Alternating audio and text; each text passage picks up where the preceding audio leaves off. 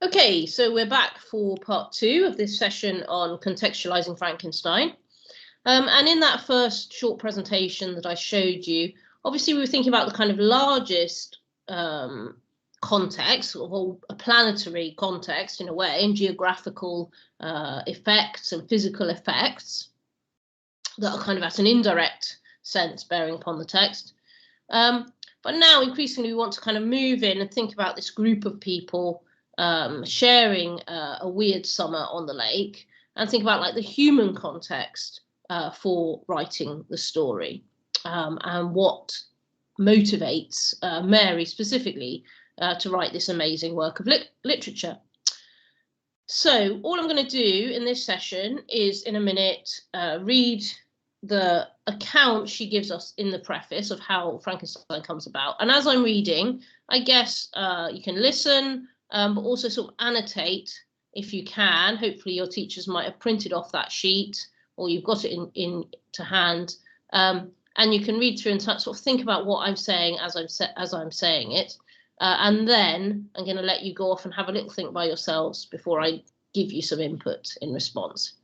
So as I'm reading the passage out then, think about literary origins. That's what we're looking at really, isn't it? Where does Frankenstein come from? Specifically, what motivates the writing?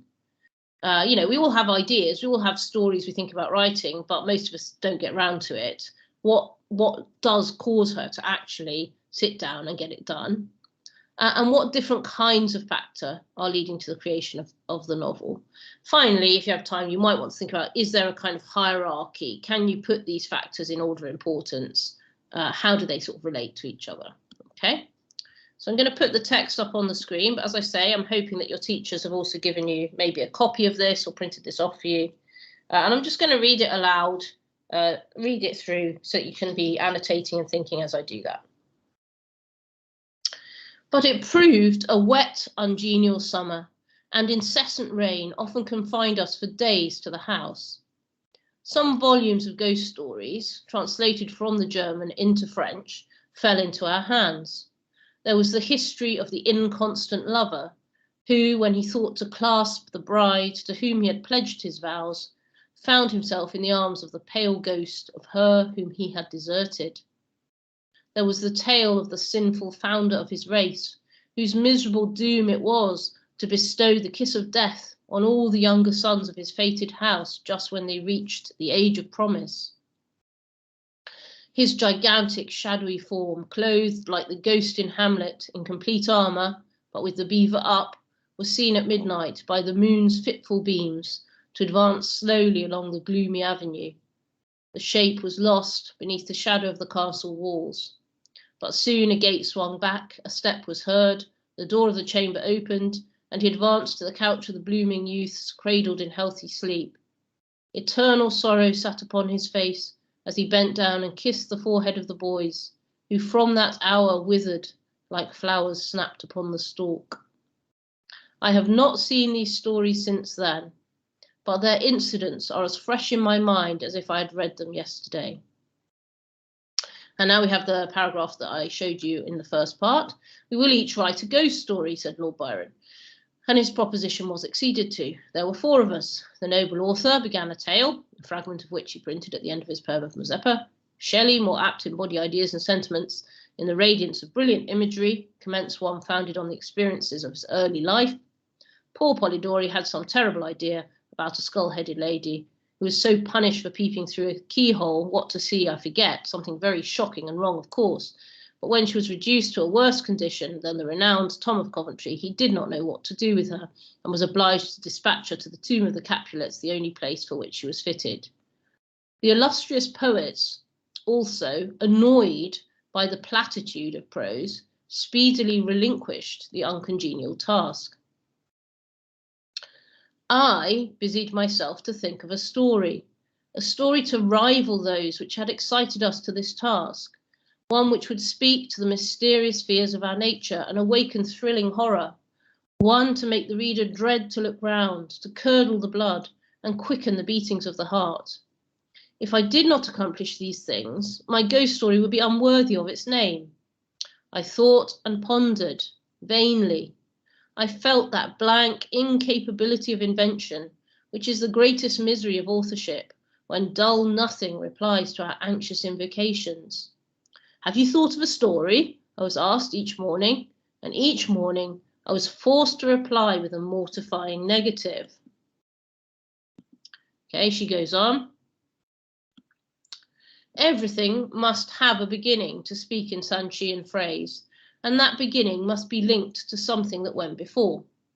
The Hindus give the world an elephant to support it, but they make the elephant stand upon a tortoise. Invention, it must be humbly admitted, does not consist in creating out of void, but out of chaos. Materials must, in the first place, be afforded. It can give form to dark, shapeless substances, but cannot bring into being the substance itself. In all matters of discovery and invention, even of those that appertain to the imagination, we are continually reminded of the story of Columbus and his egg. Invention consists in the capacity of seizing on the capabilities of a subject and in the power of moulding and fashioning ideas suggested to it. Many and long were the conversations between Lord Byron and Shelley, to which I was a devout but nearly silent listener. During one of these, various philosophical doctrines were discussed, and among others, the nature of the principle of life, and whether there was any probability of its ever being discovered and communicated. They talked of the experiments of Dr. Darwin. I speak not of what the doctor really did, or said that he did, but, as more to my purpose, of what was then spoken of as having been done by him, who preserved a piece of vermicelli in a glass case, till by some extraordinary means it began to move with voluntary motion. Not thus, after all, would life be given. Perhaps a corpse would be reanimated. Galvanism had given token of such things. Perhaps the component parts of a creature might be manufactured, brought together, and endued with vital warmth. Okay, so that's the end of that opening section. The first half of the preface. We're going to look at the second half in a minute. Let's just go back then and see what we were thinking about. So, by yourselves then, read the first half of the preface and think about the literary origins. Where does Frankenstein come from? What motivates the writing? What different kinds of factor lead to the creation of the novel? And can you place these in order of importance?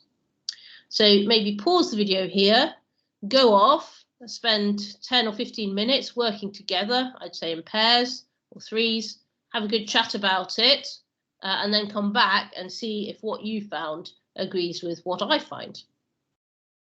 Okay? Okay, so hopefully you've had a chance to look more closely at the text, and I can have a run through it with you as well and kind of see what we've got. I guess if we think about different factors that lead to writing, we could say those factors might be positive or negative, but even a negative factor can kind of be creative, can't it? So what we see at the top of the passage is what we were talking about in the first, what I was talking about in the first film, a wet, ungenial summer, incessant rain confined us to the house. Well, clearly that is a major factor. If it had been a lovely summer, they wouldn't have been inside reading ghost stories at all. They'd have been out, as I say, having nice excursions, enjoying themselves in the sunshine or the garden. So this is a negative factor because it causes them to be stuck inside, but it's because of that any of this comes about. So it's sort of setting up a larger mood and tone, which is very significant. What we also see in this first paragraph is Mary making clear, I guess, how much Gothic and those ghost stories does feed directly into Frankenstein.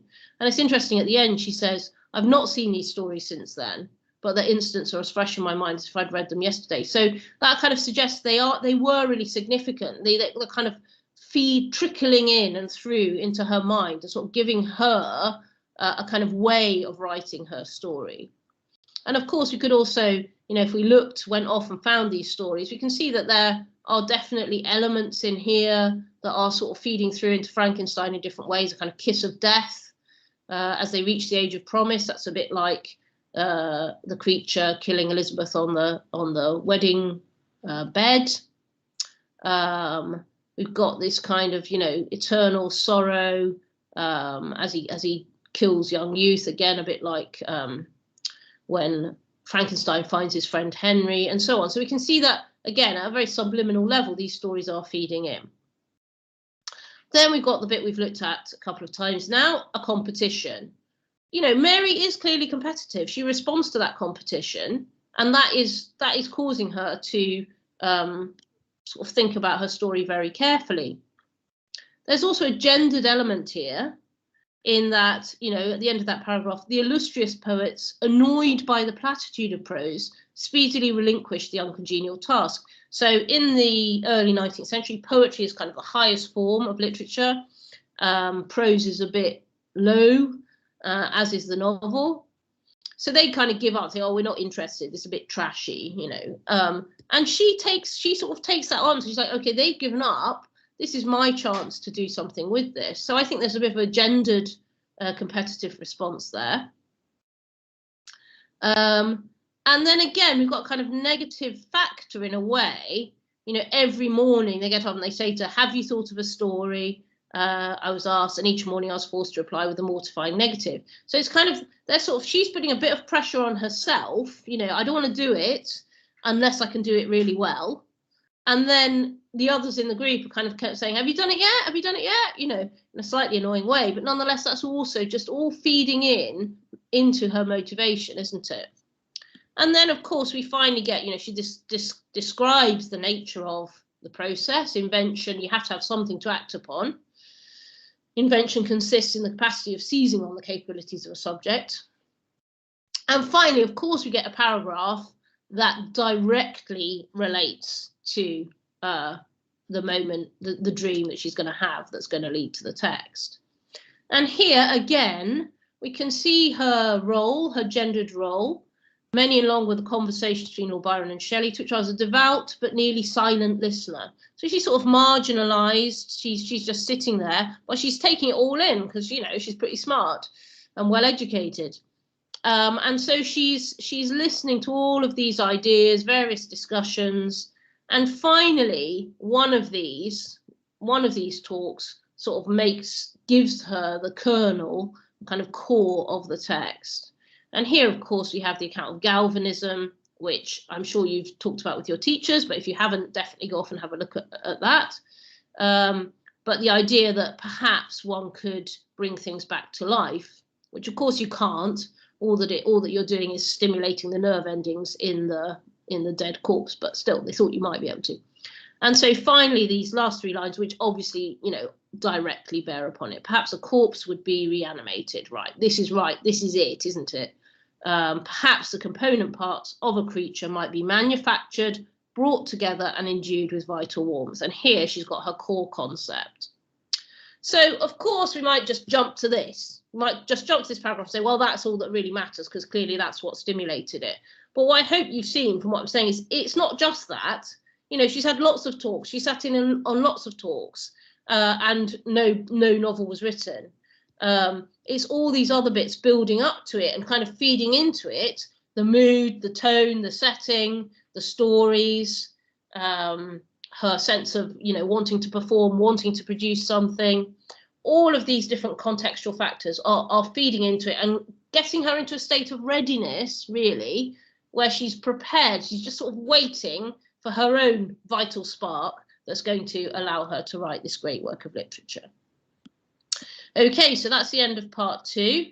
And you can either stop there or you can go on to the third task, which will be a separate short video in a minute.